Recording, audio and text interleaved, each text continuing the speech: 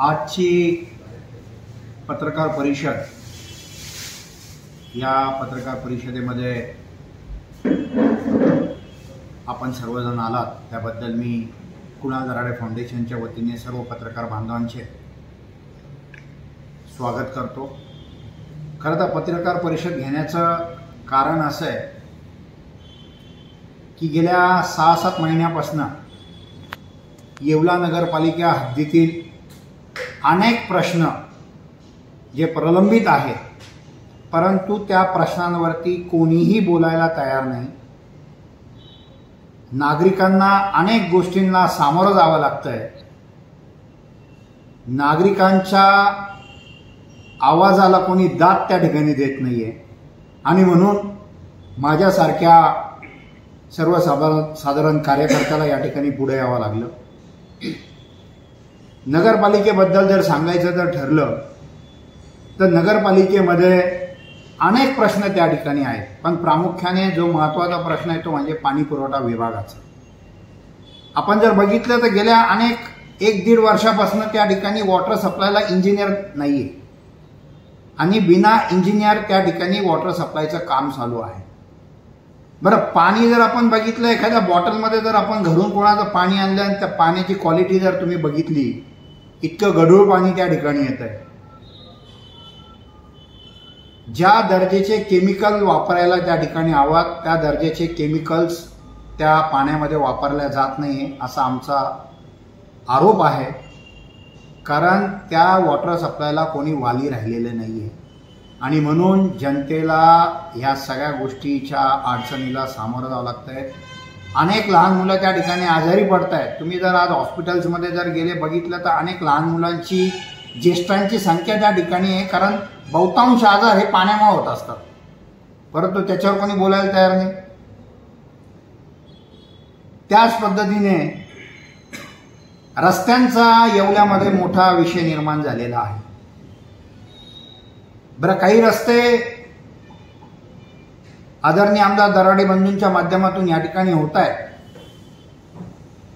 परंतु ते रस्ते होत असताना प्रशासनाकडनं हे सांगण्यात येतं की अगोदर भुयारी गटार होतील आणि मग तुमचे रस्ते होतील।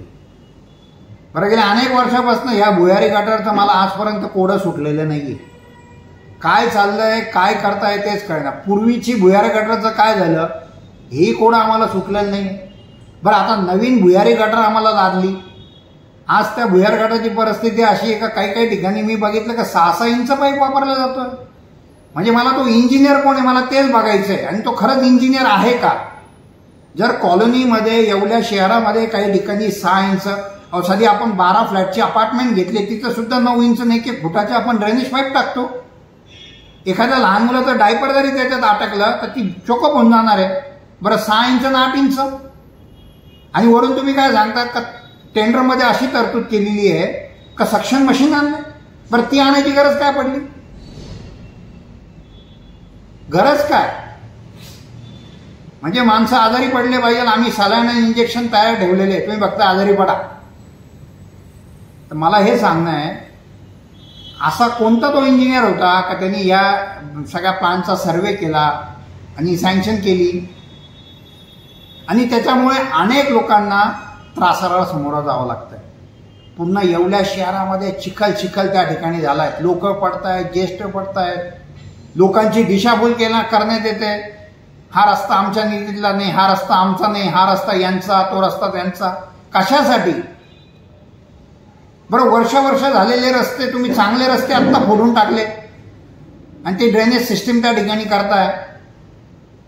म्हणजे प्रशासनावरती कोणाचाही धाक राहिलेला नाहीये।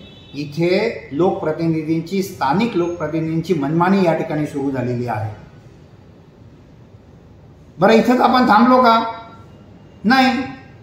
सगळ्यात मोठी समस्या अशी आहे, येवल्या शहरामध्ये मंगळवारची सुट्टी असते गोरगरीब जनतेला। लोक त्यांची कामं, नगरपालिका असेल, प्रशासकीय कार्यालय असतील, यांची कामं शक्यतो मंगळवारी ते करत असतात।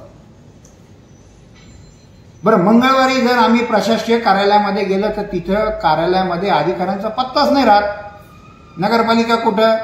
कार्यालयात। MSCB कुठं? कार्यालयात। तहसीलदार कुठं? कार्यालयात. म्हणजे हे जर कार्यालयामध्ये जाऊन जर बसले, स्थानिक आमदारांच्या कार्यालयामध्ये जर अधिकारी जाऊन बसले, तर जनतेची कामं करायची कोणी? कारण आम्हाला आठवड्यातून एकच दिवस मिळतो, कारण त्या दिवशी आम्हाला सुट्टी असते. बर, मीटिंग कोण घेतंय? जे तुमचे सालाचे गडी ते मीटिंग घेत आहे. पण मला असा कोणता GR आहे का जिथं आमदार नसताना मीटिंग कंडक्ट केल्या जाते आणि सगळे अधिकारी तिथे जातात, अगदी क्लास 1 अधिकारी. अरे आमचे बाप, आमचे चुलते सुद्धा आमदार आहे, पण आम्ही कधी त्याचा गैरफायदा घेतला नाही. नेमबाई आम्ही एका अधिकाऱ्याची मीटिंग त्या ठिकाणी घेतली नाही. मग तुम्ही असं सांगा का कार्यालयातून तुम्हाला ऍडमिनिस्ट्रेशन करायचं असेल तुमच्या, तसं जनतेला सांगा. कारण आज मला नगरपालिकेमध्ये जर जायचं असेल तर 100 रुपये रिक्षाचं भाडं भरावं लागतं. ही परिस्थिती निर्माण झालेली शहरामध्ये. बरं, गमतीचा भाग, शॉपिंग कॉम्प्लेक्सचा मेजर विषय 2008-9 पासून मी ऐकतोय. आज त्या शॉपिंग कॉम्प्लेक्सची काय परिस्थिती आहे? बरं, तो कोणता महाशय होता, त्याने तो इंजिनियर, त्याने तो प्लान पास केला. इंडोर शॉपिंग कॉम्प्लेक्स केलं तुम्ही. लोक गांजा ओढायला जातील या इंडोर कॉम्प्लेक्समध्ये. जो हायवेला केलं, येवल्याचं नाक आणि ते कॉम्प्लेक्स कसं केलं बघा. आणि यापूर्वी आम्हाला अनुभव होता. जुनं मार्केट तुम्ही जर बघितलं तर ग्राउंड फ्लोअर सोडून बाकीचे 3-4 फ्लोअर तुम्ही बघा, कधीच तिथं व्यवसाय झाला नाही. म्हणजे अशी परिस्थिती असताना ह्या गाळ्यांची काही अजून त्यांनी नियोजन केलं नाही. बघा, कधीच तिथं व्यवसाय झाला नाही. म्हणजे अशी परिस्थिती असताना ह्या गाळ्यांची काही अजून त्यांनी नियोजन केलं नाही. मी ऐकतो का जुन्या नगरपालिका पाडून तिथं नवीन कॉम्प्लेक्स बनवत आहे. कोणासाठी? कोणत्या ठेकेदाराचं पोट भरायचंय? कोणाचे घरं चालणार आहे त्याच्यानी? बरं, त्याचा काही सर्वे केला का? त्याची खरोखर त्या गल्लीमध्ये तिथे गरज आहे का? बरं, ती बाजारपेठ आहे का? तुम्ही जिथे कॉम्प्लेक्सचा हट्टास करता ती बाजारपेठ नाहीये. हा सर्वे झाला पाहिजे. शासनाचे तुम्ही 5-5 कोटी रुपये असे व्यर्थ घालणार आहात का? पहिले या 350 जे काही गाळे असतील यांची त्यांनी विल्हेवाट लावायची आणि मग ते गाळे त्या ठिकाणी नवीन काय प्रपोजल असेल त्यांनी तिथे करायची. पण मला असं वाटतं, आज गोरगरीब जनतेला कुठल्याही कामासाठी रिक्षाने 200-300 रुपये मोजून त्या ठिकाणी प्रशासकीय कार्यालयात जावं लागतं. एखादं युनिट इथं सुरू करा, एखादं डिव्हिजन इथं सुरू करा. जसं महापालिकेमध्ये पंचवटी डिव्हिजन असतं, नाशिक रोड डिव्हिजन केलेलं आहे, तसं नगरपालिकेमध्ये सुद्धा तुम्ही डिव्हिजन करू शकतो. काही अधिकारी इथे बसवा, लोकांची गैरसोय होणार नाही. परंतु होती ती नगरपालिका पाडून टाकली जुनी आणि तिथे तुम्ही कॉम्प्लेक्सचा तिथं हट्टास करताय. हे काही बरोबर नाही. आणि हा आवाज हा जनतेचा आहे. परंतु तुमचा असलेला धाक, तुमचं असलेलं प्रेशर, त्याच्यामुळे जनता या ठिकाणी बोलत नाहीये.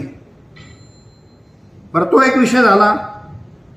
हॉस्पिटलच्या बाबतीमध्ये मी ग्राउंड लेवलवरचं काम करणारा कार्यकर्ता आहे. दिवसात मला फोन येतात, कधी इंजेक्शन अवेलेबल नाही, कधी वॅक्सिन्स अवेलेबल नाही. सिरम तर आजपर्यंत या ठिकाणी अवेलेबलच झालेलं नाहीये. उपजिल्हा रुग्णालय म्हणतात आणि मेडिसिन त्या ठिकाणी अवेलेबल होत नाही. याची जबाबदारी कोणाची? कोण जबाबदार आहे या गोष्टींना? याचा सुद्धा विचार करणं गरजेचं आहे. सगळ्यात मेजर समस्या जी आहे ती ट्रॅफिक सिग्नलची. या येवल्या शहरातून 2 नॅशनल हायवे गेलेले आहेत. एक नगर मनमाड गेलेला आहे आणि एक येवल्यातून आपला वैजापूर जाताना तो सुद्धा नॅशनल हायवे त्या ठिकाणी झालेला आहे. आजपर्यंत या येवल्याला ट्रॅफिक पोलीस ही पोस्ट आपण नियुक्ती करू शकलो नाही. हे आपलं फेल्युअर नाही का? का ट्रॅफिक पोलीस आपण या ठिकाणी नियुक्ती करू शकत नाही? आज मुक्तानंदसारखी शाळा, जनतासारखी शाळा, एनजीकेएम सारखी शाळा, या शाळेच्या तिथं रोड क्रॉस करताना ह्या गावाबाहेर शाळा आहे. अनेक मुलांना किती अडचणी होतात. बरं, या सिग्नल बसून ठेवले, तिथे ट्रॅफिक पोलीस जर नसेल तर रूल्स अँड रेग्युलेशन काय लावणार आहेत? तुम्ही पोलीस स्टेशनचे 2 पोलीस तिथे ठेवतात, ज्यांना ट्रॅफिकचा टी माहीत नाही, ज्यांना ट्रॅफिकचे रूल अँड रेग्युलेशन माहीत नाही. नामधारी तिथं उभे करून ठेवलेले आहेत आणि एक एक तास आम्हाला या ठिकाणी त्या ट्रॅफिकच्या याला सामोरं जावं लागतं. मग हे प्रश्न कोणी सोडवायचे? ही जबाबदारी कोणाची आहे? जर स्थानिक आमदारांची ही जबाबदारी नसेल तर मग ही जबाबदारी कोणाची? प्रशासनावरती वचक राहिलेला नाही. याचा बंदोबस्त होणं गरजेचं आहे. आणि आम्हाला उड्डाण पूल नकोय, आम्हाला बायपास हवा आहे. उड्डाण पूल जर केला तर आमच्या गावाचा विकास खुटणार आहे. बायपास जर केला तर गावाचा विकास होणार आहे. त्याचं ज्वलंत उदाहरण म्हणजे तुम्ही तुमचा पुणे नाशिक हायवे बघा. प्रत्येक तालुका हे बायपास केल्यामुळे त्या तालुक्यांची ग्रोथ झालेली. आज सिन्नर बघा, त्या साईडला वाढलं जिथं बायपास झाला, संगमनेर वाढलं, सगळीच गावं वाढली.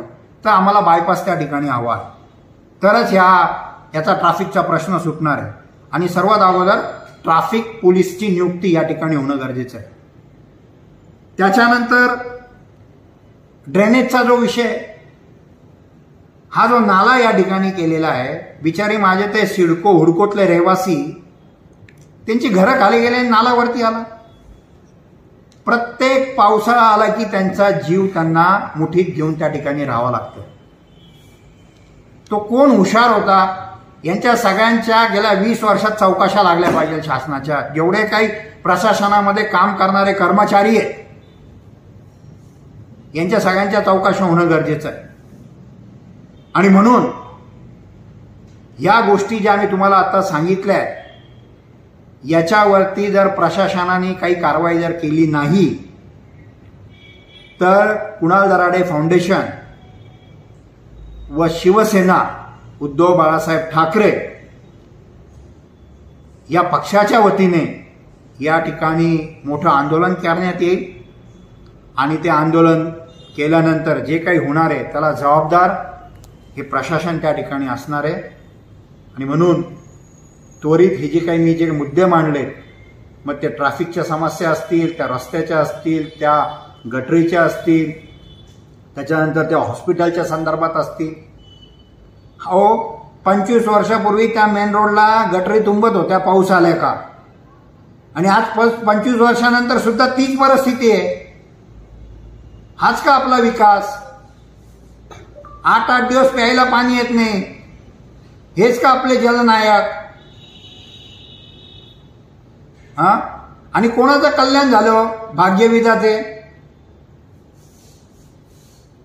म्हणजे ह्या गोष्टींचा विचार करणं गरजेचं आहे. हे माझं राजकीय स्टेटमेंट नाही आहे.